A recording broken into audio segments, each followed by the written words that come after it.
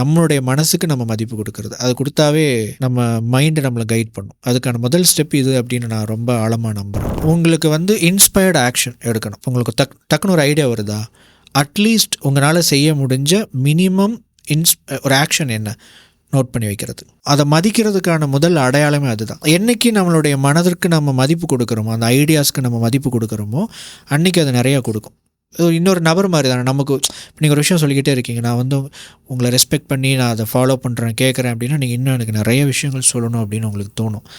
நான் மதிப்பு கொடுக்கல அப்படின்னா நீங்கள் சொல்ல மாட்டீங்க, நிப்பாட்டுருவீங்க சைலண்ட்டாக. இதுதான் நிறைய பேருக்கு நடந்துக்கிட்டு இருக்கு. ஸோ ஐ திங்க் இது ஒரு நல்ல ஒரு டேக்அவே. நமக்கு உருப்படியான யோசனைகள் நமக்கு வந்துக்கிட்டே தான் இருக்குது. ஆனால் நம்ம அதிகமாக அதை ஃபோக்கஸ் பண்ணுறது கிடையாது. ஆக்ஷன் எடுக்கிறது இல்லை. ஏன் எடுக்கிறதுனா நம்ம ஃபோக்கஸ் பண்ணுறது இல்லை, அதை நம்ம காற்றுல விட்டுறோம்.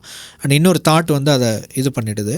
ஈவன் எனக்குமே இந்த ஒரு பழக்கம் வந்து ரொம்ப ஸ்ட்ராங்காக இருக்குது, நோட் பண்ணி வைக்கிறது. அது என்னுடைய ஸ்மார்ட் ஃபோன் வந்து மெயினாக அதுக்கு தான் நான் யூஸ் பண்ணுவேன். இந்த நோட்ஸ் அப்படிங்கிற விஷயம் வந்து பெரிய ஒரு ஹெல்ப்ஃபுல்லான ஒரு விஷயமா இருந்துச்சு. இப்போ டக்குன்னு நான் வந்து சம்டைம்ஸ் நைட்டு ஒரு படுத்துட்டு இருப்போம், ஒரு தாட் வந்து ஸ்ட்ரைக் அவுட் ஆகும்.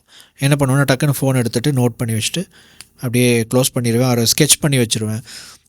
ஈவன் தோ நம்ம பாட்காஸ்ட் வந்து நம்ம இன்னும் இது எப்படி பண்ணலாம் அப்படின்னு சொல்லிட்டு நான் யோசிச்சுட்டு இருக்கும்போது டக்குன்னு எனக்கு ஒரு தாட் வந்துச்சு. ஸோ இது பார்த்தீங்கன்னா இந்த மாதிரி.